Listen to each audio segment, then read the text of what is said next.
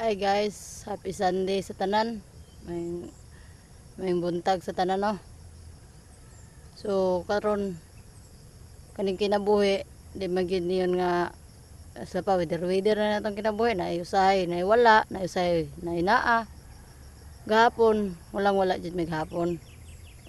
Ang mga bata ra akong ipakaon og luto gahapon, din kami gabalanghoy, gautang gabi, among gipares.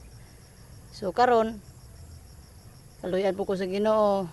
Kay kaning tawo ko dili gid yun nga kan laban lang gyapon ta permino. Tungod sa atong mga ambisyon kay ako bisag unsa ka po. Bisag unsa ka pobre nako guys. Layo ko'y ambisyon sa akong kinabuhi para sa akong mga anak. O munang ako, balak magsud-an ko walang wala ko, laban gyapon ko. Padayon ko sa akong mga plano, padayon ko sa akong pagpaningkamot. Karon nang harvest ko palyaw.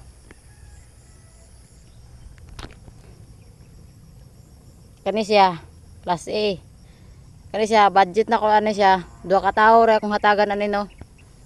2 ka tawo lang sa akong hatagan ani kay ngano, dili na ko mahurot mug hatag. Siyempre kada harvest na ko, gahinan ko pila ka tawo kong hatagan, dili na ko hotdon mo ako hatag kay ngano. Mubahin pa mo gustag iya ani, dili man ako wow. Oh. Kani, siya kong hatag ha. 2 lang ka tawo kung pilian na ning akong hatagan. Dili na ako ihurot og hatag kay ang bahin ko sa tagiya. Nakapait po ko bugas ay gamay.